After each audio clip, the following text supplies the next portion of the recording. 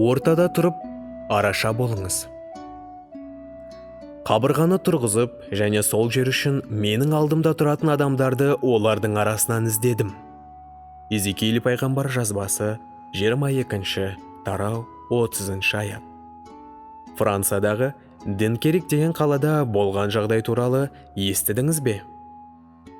Ұлыбритания мен басқа елдердің мыңдаған әскерлеріне Гитлер әскері шабуыл жасап, қоршап алғанда олар теңіз жағасында қозғала алмай қалып, құрбандыққа шалынатын малдардай құрып кететін күйде болған. Бірақ Британияның халқы Құдайға жалбарынып сыйына бастағанда, ол жауап берді. Құдай әскерлерден қорғау үшін олардың қалың тұманмен қоршап қойды.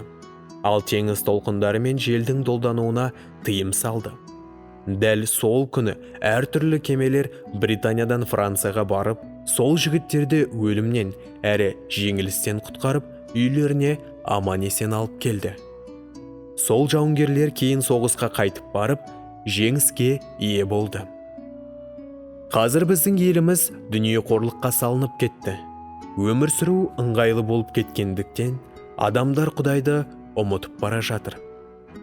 Алайда осындай жағдай келесі дағдарысқа дейін ғана болмақ. Қазір Құдайдың алдында ортада тұрып, оған дауыстап жалбарынатын адамдар қажет. Сіз сондай арашашы адамға айналған кезде екі нәрсе пайда болады.